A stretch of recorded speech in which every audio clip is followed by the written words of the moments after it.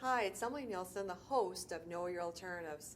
I'm here today, finally, with Tom Lang, Vice President of Mitel. And I say finally because in your new role, you've been a very busy man traveling back and forth across the country. So thank you and welcome. Hi, Emily. Thanks for having me.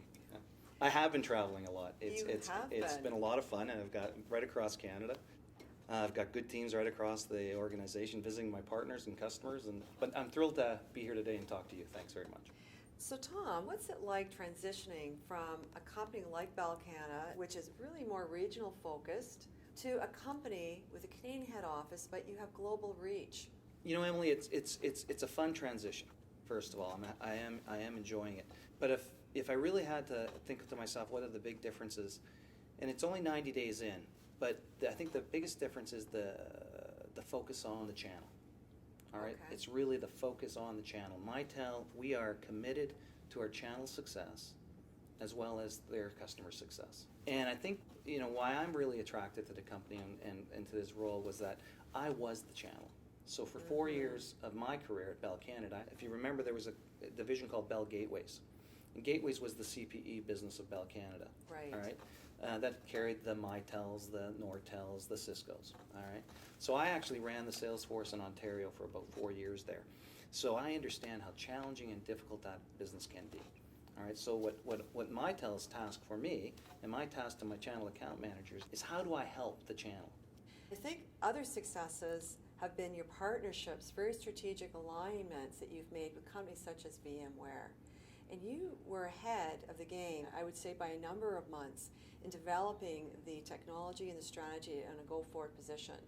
And now what we see of every client engagement we work with, the standard and the bids that we're seeing, everything is virtualized.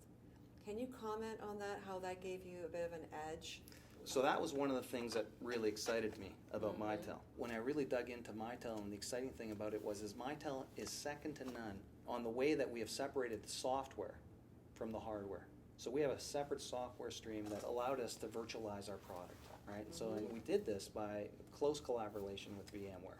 So, and that was 2-3 years ago. Right. So that was ahead of the curve, and we still feel we're ahead of that curve. Other manufacturers are starting to look at that, and they're doing virtualization as well. But they still have a very distinct software-hardware lock. Whereas we've called it the freedom architecture, if you've looked at any of our literature. Of course. We're trying to make sure that the end customers have complete flexibility. We're hardware agnostic. We'll basically allow you to put it on any platform you want, any infrastructure, be it Dell or HP. And we think that's a real advantage for the end customer, and it's an advantage for our partners to build businesses around us, and that it gives complete flexibility. All right, and you can put it into a data center and think about the emergence of the cloud. One of the biggest enablers is this partnership with VMware and the separation of the software from the hardware. So we're well suited for public, private, or hybrid cloud, and we're very excited about it. And now we're moving to complete virtualized desktop as well. On another kind of fun note and technology trend setting that we're seeing is everybody talking about desktop video conferencing and collaboration tools in itself. And you guys have developed a unique little tool called UC360. Do you want to talk a little bit about that? So it's a 4-port unit that is really a multi-unit device as well. It has a very interesting interface. Very intuitive, easy to use touchscreen. All right, and it's like I said, it's almost three or four devices in one. So it's value priced. First of all, it's not that much more expensive than an audio conferencing unit. But with that, you've got a video conferencing unit, you've got a collaboration appliance, all right? So in terms of being able to connect in and show the internet or slides, etc., there's no need for a projector, all right? It's so audio, video, and a collaboration suite all in one, all right? Excellent. Attractively priced.